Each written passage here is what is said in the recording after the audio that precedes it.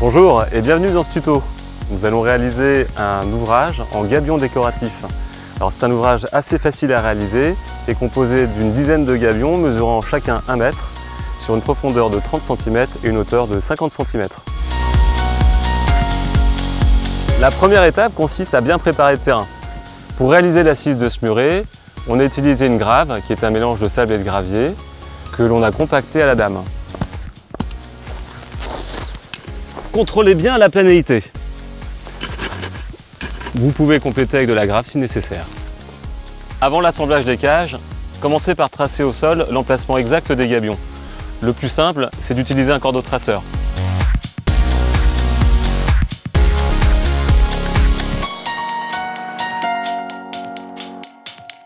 Notre kit gabion se compose de 6 panneaux, de tirants et d'agrafes qui servent à assembler les panneaux. Dans certains cas, on peut également utiliser des spirales. On va maintenant installer notre premier gabion. Alors, première étape, on positionnera la grille de fond parfaitement alignée au trait fait avec le cordeau traceur. Ensuite, on viendra installer la face arrière du gabion, puis on continuera en installant le premier côté à l'extrémité de l'ouvrage, puis le second côté, et enfin la face avant. Alors, dernier point d'attention, veillez bien à toujours positionner les fils horizontaux à l'extérieur de l'ouvrage.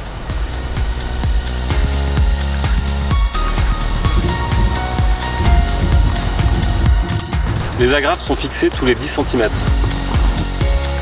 On va maintenant fixer les tirants à l'intérieur de la cage. Alors ils sont fixés à mi-hauteur. Ces tirants nous permettent de maintenir en fait les faces opposées parallèles entre elles. Ces tirants sont croisés dans les deux sens. Et une fois cette opération terminée, on contrôle au niveau la verticalité du gabion. Alors le montage du premier gabion est maintenant terminé. On va pouvoir répéter cette opération sur toute la longueur du muret. On se retrouve juste après. Ça y est, le montage des cages est maintenant terminé. Les gabions sont alignés et grâce au tirant, l'ensemble de la structure est stable et rigidifié. On va pouvoir passer au remplissage. Nos cages ont des mailles de 2,5 cm de large par 10 cm de haut. Par conséquent, pour qu'elles ne s'échappent pas, on a choisi des pierres comprises entre 30 mm et 60 mm. Pour ce muret, nous utilisons des galets de rivière. En effet, les matériaux roulés sont un peu plus faciles à déverser. En cours de remplissage, prenez le temps de vérifier deux aspects essentiels pour la suite. D'abord, le remplissage doit être bien homogène. Ensuite, vérifiez à nouveau l'alignement des gabions. On a maintenant terminé le remplissage des gabions. Avant de les refermer, assurez-vous que les pierres remplissent bien les cages, qu'elles soient bien positionnées et qu'elles ne dépassent pas. Pour la pose des couvercles, même méthode que précédemment. Une agrafe tous les 10 cm.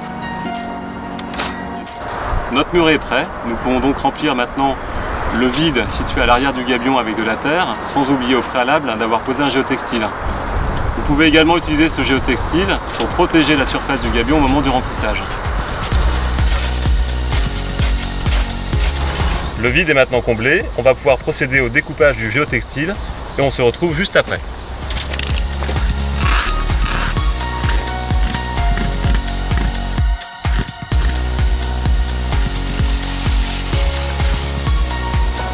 Dernière finition pour améliorer l'aspect esthétique de notre gabion, on va le nettoyer au jet d'eau.